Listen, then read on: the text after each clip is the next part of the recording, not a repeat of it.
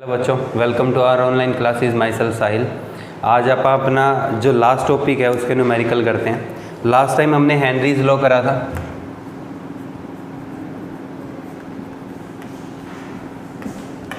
इसके एप्लीकेशन तक हमने पढ़ लिया था।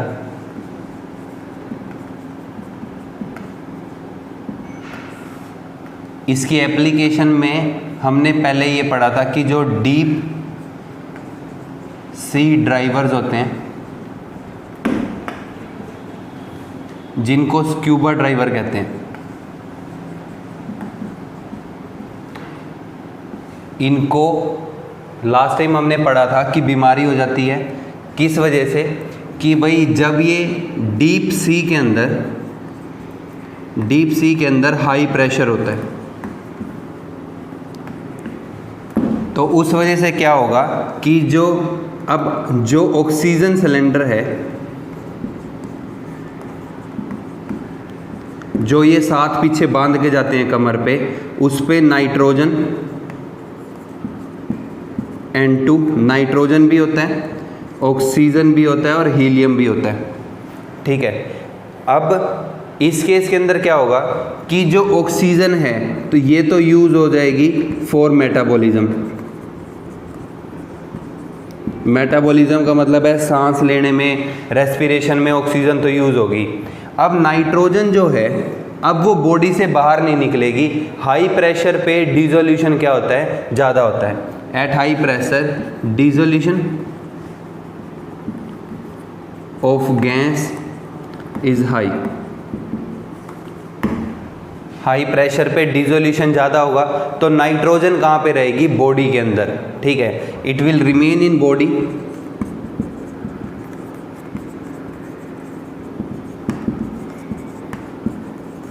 फॉर लॉन्ग टाइम, ज़्यादा देर के लिए रहती है। तो जब नाइट्रोजन बॉडी में ज़्यादा देर के लिए रहती है तो बॉडी के अंदर सिकनेस आ जाती है, बीमारी हो जाती है, उसको हम कहते हैं बेंड।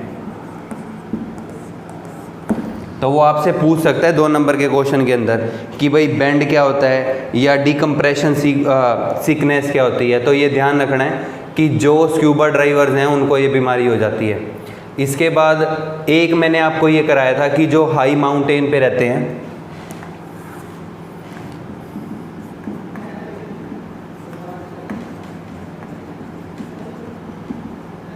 हाई माउंटेन्स के ऊपर क्या होता है? प्रेशर ऑफ गैस इज लो।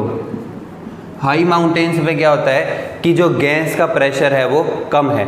देखो, हाई प्रेशर पे जो गैस का डिज़ोल्व होना है ब्लड के अंदर वो ज़्यादा होता है, लो प्रेशर पे गैस कम डिज़ोल्व होगी। ठीक है। तो इसका मतलब क्या है कि dissolution of gas is low at high pressure.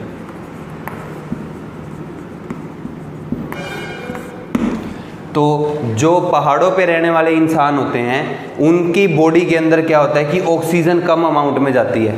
तो जब ऑक्सीजन कम अमाउंट में जाएगी तो हमारी बॉडी प्रॉपर वर्क नहीं करेगी, और जब बॉडी प्रॉपर वर्क नहीं करेगी तो उस टाइम पे हमारे को बीमारी हो जाती है जिसको एनोक्सिया कहते हैं, सांस लेने में दिक्कत आती है।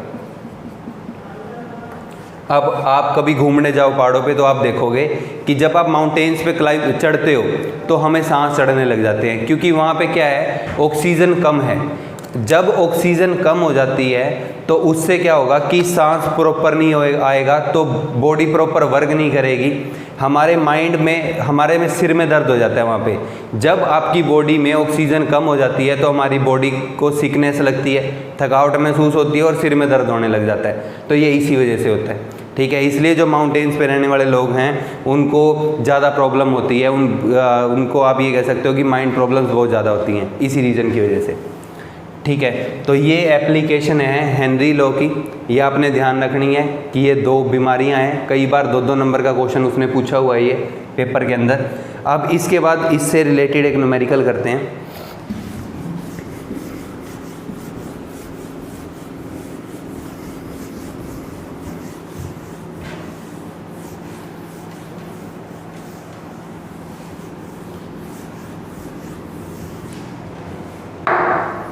देखो स्टेटमेंट है न्यूमेरिकल की, वो हमारे को ये कह रहा है if nitrogen gas is bubbled, if nitrogen gas is bubbled at 293 Kelvin from water, water के अंदर से नाइट्रोजन गैस को बबल करा रहा है, पास करा रहा है 293 केल्विन के ऊपर, how many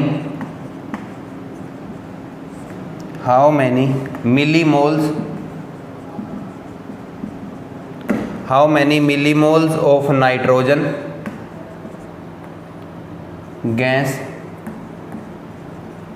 would dissolve in 1 liter of water. Assume partial pressure of nitrogen is 0.987 bar. वो कह रहा है कि पार्शियल प्रेशर ऑफ नाइट्रोजन को इतना एज्यूम कर लो। अब इसके बाद उसने साथ में हमारे को ये कहा हुआ है कि value of Henry constant KH 4N2 at 293 kelvin, 293 kelvin के ऊपर जो KH की वैल्यू है वो 76.48 किलो बार है, 78.48 किलो बार है। तो वो कह रहा है कि इन कंडीशंस के ऊपर बताओ नाइट्रोजन गैस कितनी डिज़ोल्व होगी। मिली का मतलब क्या होता है 10 की पावर -3, तो जो ये टर्म लिखी हुई है ना मिली मोल है, इसका मतलब है कि कितने 10 की पावर -3 इंटू मोल, कितने मिली मोल डिज़ोल्व होंगे किसके, नाइट्रोजन गैस के। तो देखो सेटअप क्या है, उसने सेटअप हमारे को ये करके दिया हुआ है कि भाई एक कंटेनर है, इस कंटेनर के अंदर वाटर भरा हुआ है, इस वाटर का टेम्परेचर उसने 293 केल्विन कर रखा है।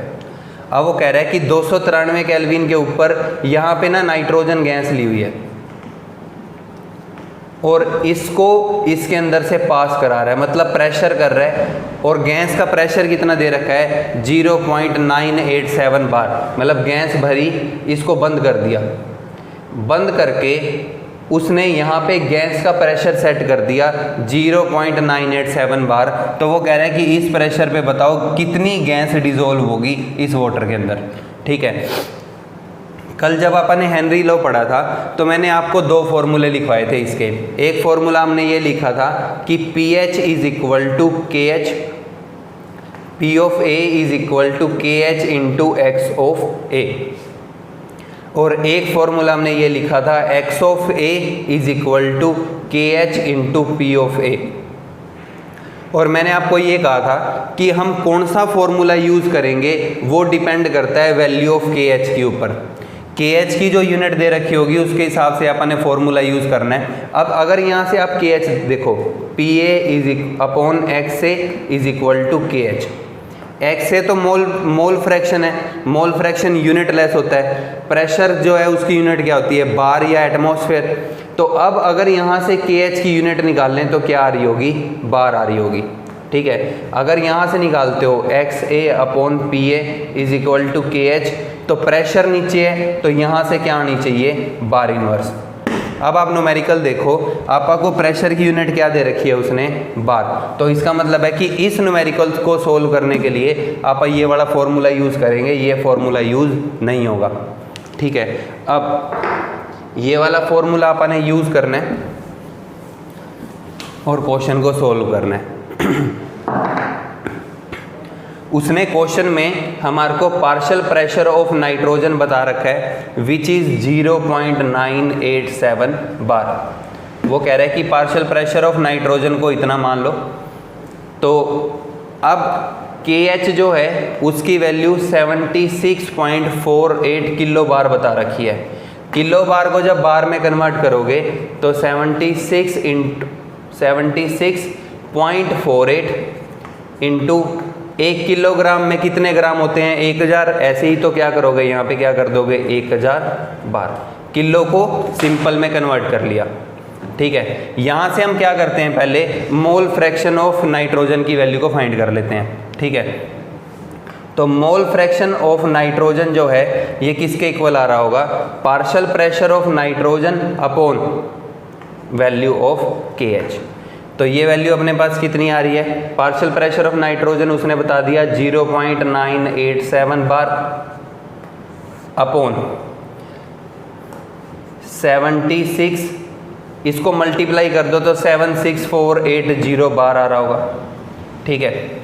तो अब आपने इसको सोल्व करना है, बार से बार कैंसिल हो जाएगा, आपने इसको डिवाइड करना है, ठीक है। तो जब आप इसको डिवाइड करोगे तो डिवाइड करने के बाद जो हमारे पास वैल्यू आ रही है वो 1.29 इंटू 10 की पावर -5 है।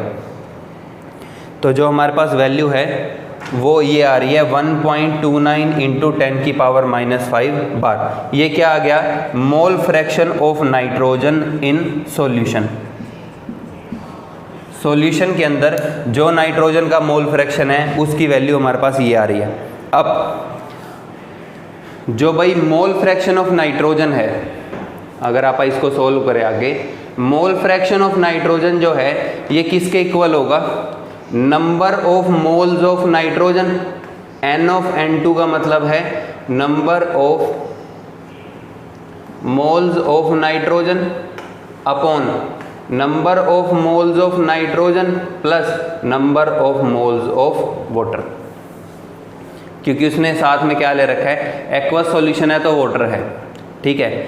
अब वो ये कह रहा है हमारे को कि कितने मिली मोल, मतलब मोल की बात हो रही है ना, स्टेटमेंट पढ़ो कि नाइट्रोजन गैस के कितने मिली मोल जो हैं वो डिजोल्व होंगे किसमें, 1 लीटर वाटर के अंदर। उसने वाटर कितना ले रखा है, 1 लीटर। अब सबसे पहले अपन ने क्या करना है कि 1 लीटर वाटर के अंदर कितने मोल आ रहे होंगे वो फाइंड करके यहाँ पे रख देंगे। तो 1 लीटर का मतलब क्या है, 1000 ग्राम, क्योंकि वाटर की डेंसिटी 1 होती है। तो वाटर का मोलर मास कितना होता है, 18। तो जब आप इसको सोल्व करते हो तो ये वैल्यू कितनी आ जाएगी, 55.55। तो number of moles of water जो हैं वो तो हमारे पास आ रहे हैं 55.55। अब इसके बाद मोल फ्रैक्शन ऑफ नाइट्रोजन आपने निकाल लिया, यहाँ से कितना आ रहा है, 1.29 इंटू 10 की पावर -5 आ रहा है। तो ये किसके इक्वल आ जाएगा, number of moles of nitrogen upon number of moles of nitrogen plus 55.55। अब आपने ने क्या करना है, आपने ने इसको सोल्व करना है और सोल्व करके हमारे पास यहाँ पे क्या आ जाएगा, number of moles of nitrogen, ठीक है। तो जो number of moles of nitrogen यहाँ से आ रहा है सोल्व करके, N ऑफ N2 की जो वैल्यू है वो हमारे पास आ रही है 71.595 इंटू 10 की पावर -5। जो number of moles of nitrogen है वो इतने आ रहे हैं। आपने क्या निकालने हैं, मिली मोल्स निकालने हैं, ठीक है। तो इसका मतलब क्या है कि हमें 10 की पावर -3 को अलग रखना है। भाई हमारे पास ये बन रहा है 71.595, मैं इसको ऐसे लिख रहा हूँ 10 की पावर -2 इंटू 10 की पावर -3 मोल। 10 की पावर -3 मोल, 10 की पावर -3 इंटू मोल किसके बराबर होता है, मिली मोल के। तो ये बन गया अपने पास मिली मोल। तो ये क्या आ जाएगा, 0.71595 मिली मोल। तो जो गिवन क्वेश्चन था उस गिवन क्वेश्चन का जो आंसर आ रहा होगा वो ये होगा आपके पास, ठीक है।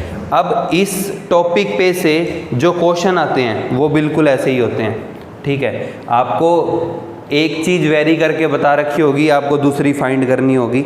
आप बाकी क्वेश्चन जो हैं वो इसके ट्राई कर सकते हो, ठीक है। अब इसके बाद नेक्स्ट टॉपिक जो है वो हमारे पास आता है solubility of liquid in liquid. उससे पहले हम एक टर्म पढ़ेंगे यहाँ पे, वेपर प्रेशर।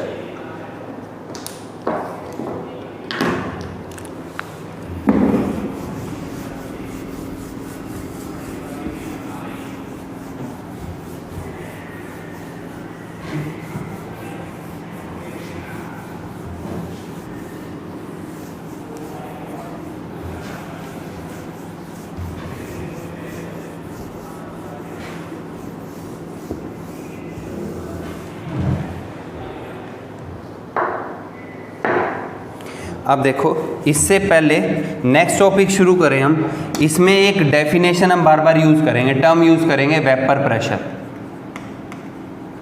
इसका मतलब क्या होता है?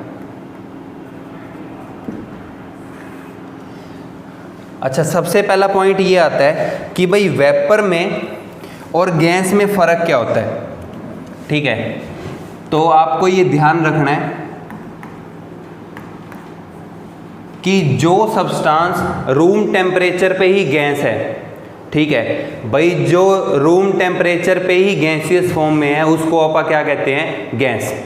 अगर कोई सब्सटेंस रूम टेम्परेचर पे सॉलिड या लिक्विड फॉर्म में है, लेकिन जब आप उसका टेम्परेचर बढ़ा देते हैं और उसकी गैस बन जाती है, तो उस गैस को हम उस टाइम पे क्या कहते हैं? वेपर। जैसे एग्जांपल है वाटर का कि भाई at 25 degree Celsius, 25 degree Celsius पे वाटर क्या होता है? लिक्विड होता है। रूम टेम्परेचर तो हम यही लेके चलते हैं ना, रूम टेम्परेचर तो हम हमेशा 25 डिग्री सेल्सियस लेके चलते हैं। अब 25 डिग्री सेल्सियस पे वाटर क्या होता है? लिक्विड होता है। लेकिन जब आप वाटर को 100 डिग्री सेल्सियस से अबव कर देते हैं तो ये क्या बन जाता है? गैस। अब इसको गैस नहीं कहेंगे, हम इसको क्या कहेंगे? वेपर। तो ऐसा कोई भी सब्सटेंस जिसके रूम टेम्परेचर पे तो फॉर्म अलग होगी, लेकिन हाई टेम्परेचर के ऊपर वो गैसियस फॉर्म में जा रहा है, तो गैस नहीं कहेंगे, क्या कहेंगे? वेपर। और ऐसे ही अगर मान लो कि कोई सब्सटेंस रूम टेम्परेचर पे ही, एट रूम टेम्परेचर मतलब 25 डिग्री सेल्सियस पे ही अगर गैसियस फॉर्म है, तो उसको आप क्या कहते हैं? गैस कहते हैं। जैसे एग्जाम्पल है ऑक्सीजन। ऑक्सीजन 25 डिग्री सेल्सियस पे गैसियस फॉर्म में होती है, तो उसको गैस ही कहेंगे। अब जितने भी लिक्विड की आप बात करेंगे ना, उन सारे लिक्विड्स के लिए आप क्या यूज़ करेंगे? वेपर। ठीक है, तो अब आपको पता लग गया कि वेपर किसके लिए यूज़ करेंगे हम? जनरली लिक्विड्स के लिए। ठीक है, अब जब लिक्विड के वेपर बनेंगे तो अब टॉपिक हमारे पास आ रहा है वेपर प्रेशर। भाई वेपर का प्रेशर होता क्या है?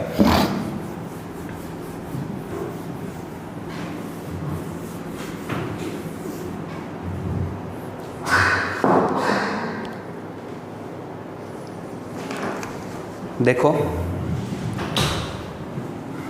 मान लेते हैं, और वेपर भी ना दो टाइप के होते हैं।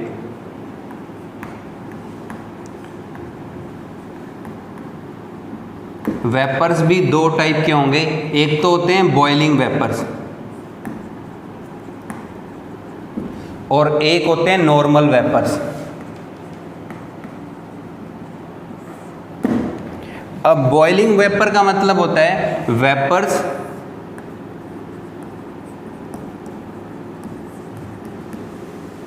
formed at or above boiling point. Boiling point पे या उससे ऊपर जो वेपर बनते हैं या गैसियस फॉर्म बनती है, उसको आप क्या कहते हैं? Boiling vapour. लेकिन आप कई बार देखा भी होगा आपने, जब आप क्रिकेट मैच की कमेंट्री सुनते हैं तो वो कहते हैं कि भाई आज ह्यूमिडिटी बहुत ज़्यादा है। वहाँ का टेम्परेचर 100 डिग्री सेल्सियस थोड़ी है भाई, पानी तो 100 डिग्री सेल्सियस पे उबलता है।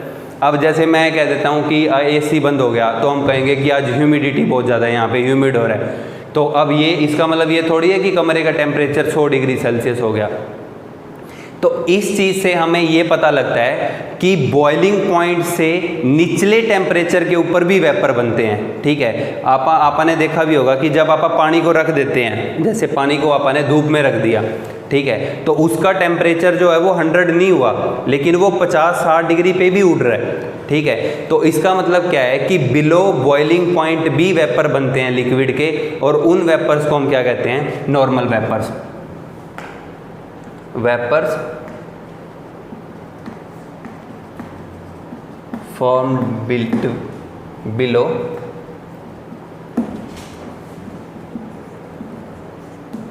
boiling point are called as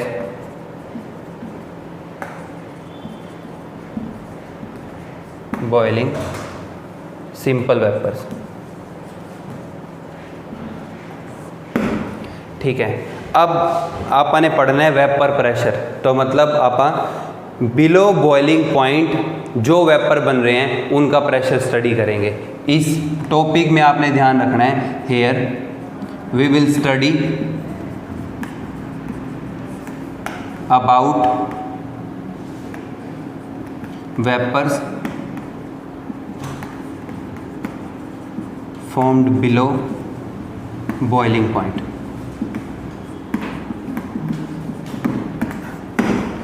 boiling point से नीचे जो वेपर बन रहे होंगे हम उनको स्टडी करेंगे इस टॉपिक के अंदर, ठीक है। अब देखो टॉपिक है क्या,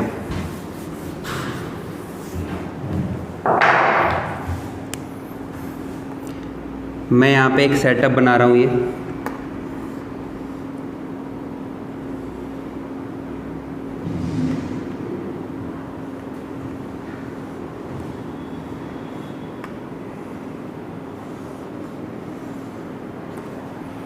यहाँ पे मैंने मरकरी भरा हुआ है।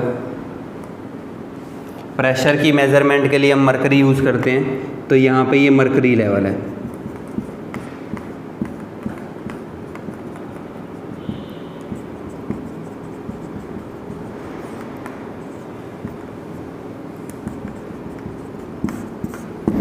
ये क्लोज्ड है, बंद है ऊपर से। यहाँ पे मैंने क्या किया, यहाँ पे मैंने लिक्विड भर दिया।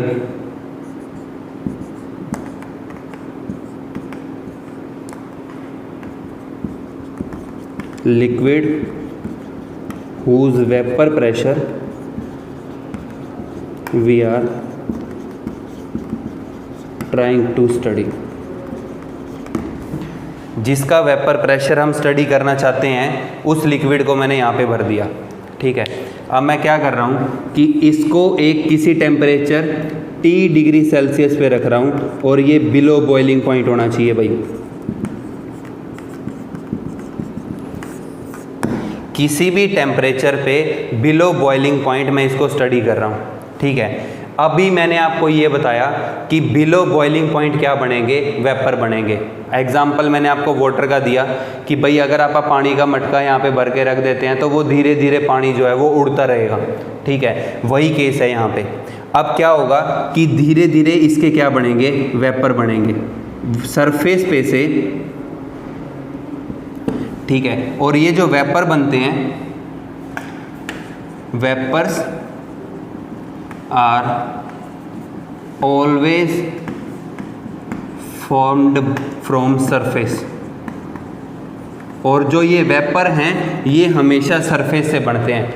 अगर आपने पानी उबलता हुआ देखा हो ना कभी, तो बुलबुला जो है वो सेंटर से ऊपर की तरफ जाता है। तो जो बॉइलिंग वेपर होते हैं वो कहाँ बनते हैं, सेंटर से, और वो सेंटर से ऊपर की तरफ मूव करते हैं। लेकिन जो सिंपल वेपर है वो हमेशा कहाँ से बनते हैं, सरफेस से। तो यहाँ पे क्या होगा कि सरफेस पे से वेपर ऊपर की तरफ उड़ेंगे, ठीक है। अब बाहर तो जा नहीं सकते क्योंकि बंद कर रखा है, तो वो क्या होगा, इधर जाने लग जाएगा। Vapours formed at a certain temperature,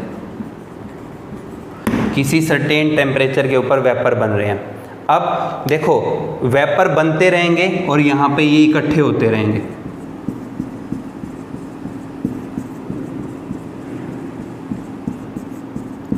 अब कल हमने ये पढ़ा था कि जब गैस लिक्विड की सरफेस पे आके स्ट्राइक करती है तो वो क्या करती है, लिक्विड में डिजोल्व होती है। भाई पानी में ऑक्सीजन डिजोल्व कैसे होती है, ऐसे ही होती है। मछलियां तभी रहती हैं उसमें कि भाई सरफेस के ऊपर गैस आके स्ट्राइक करेगी और वो क्या हो जाएगी, डिजोल्व हो जाएगी।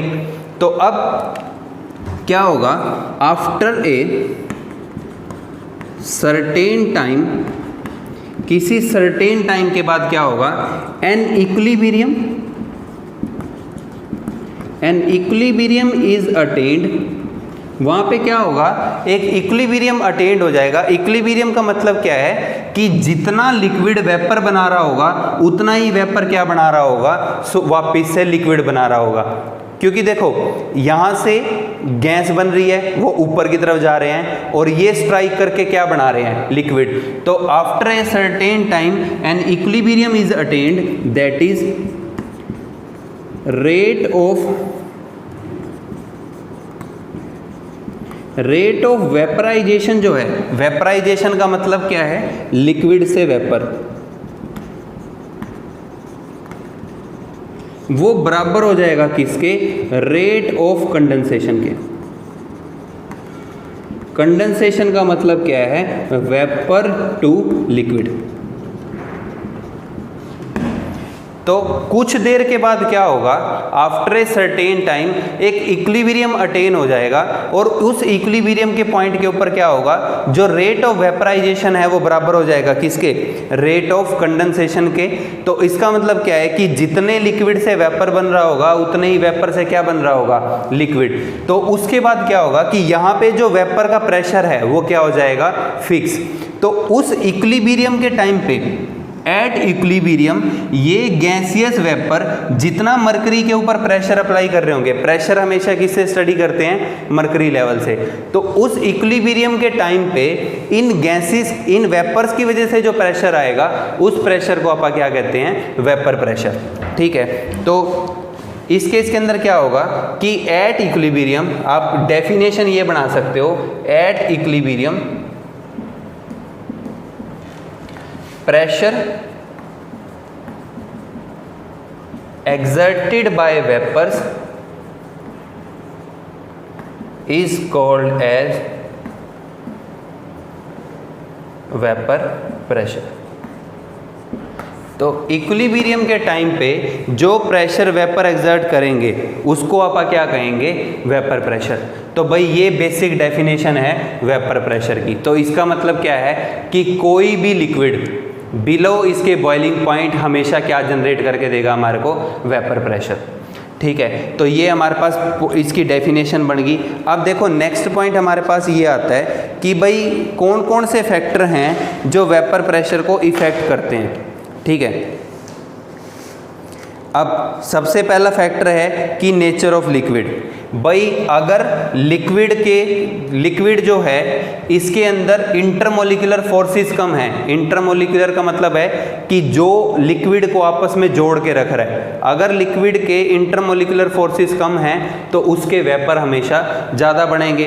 दूसरी बात है टेम्परेचर, भाई जितना ज़्यादा टेम्परेचर होगा उतने ज़्यादा क्या बढ़ेंगे, वेपर। तो ये आपने ध्यान रखना है कि जो वेपर प्रेशर है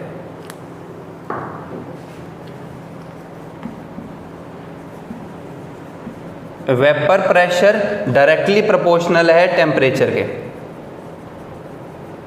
टेम्परेचर ऑफ लिक्विड के। जितना ज़्यादा वेपर प्रेशर होगा, जितना ज़्यादा टेम्परेचर होगा उतना ज़्यादा क्या होगा, वेपर प्रेशर होगा। दूसरा डायरेक्टली प्रोपोर्शनल है किसके, टाइप ऑफ फोर्सेस के। इनवर्सली आएगा भाई, इनवर्सली प्रोपोर्शनल होगा किसके, type of intermolecular forces between liquid particle. अगर लिक्विड के पार्टिकल में फोर्सेस ज़्यादा हैं तो वेपर प्रेशर कम होगा, अगर इंटरमोलिकुलर फोर्सेस कम हैं तो वेपर प्रेशर क्या होगा, ज़्यादा होगा। अब आप एग्जाम्पल लेके चल सकते हैं, एग्जाम्पल हम लेके चल सकते हैं वाटर का, और मान लेते हैं कि ईथर का एग्जाम्पल ले रहे हैं सॉरी, हम एग्जाम्पल लेके चल रहे हैं ईथर का। तो वाटर के केस के अंदर ये वाटर की स्ट्रक्चर, ईथर के केस में मान लो कि डाई इथाइल ईथर लिया हुआ है।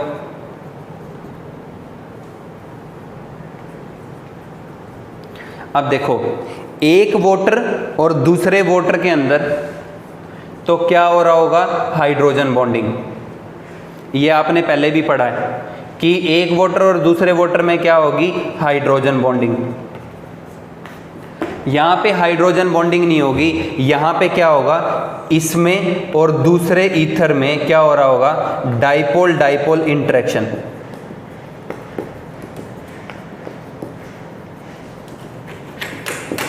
अब टाइप ऑफ फोर्सेस किस में स्ट्रॉन्ग है, वाटर में। तो इसका मतलब क्या है कि जो वाटर का vapour pressure at a certain time जो है वो कम होगा एज कंपेयर टू किसके, ईथर के। तो इसका मतलब क्या है कि ईथर के वेपर ज़्यादा बढ़ेंगे और वाटर के वेपर कम बढ़ेंगे at a certain interval of time. ठीक है, अब इसके बाद हमने यही कंसेप्ट यूज़ करना है। अब नेक्स्ट हम टॉपिक इसमें स्टार्ट कर रहे हैं, solubility of liquid in liquid, and that is the case of roles law. तो जो नेक्स्ट टॉपिक है वो आप अपना नेक्स्ट वीडियो में कवर करेंगे। Thank you.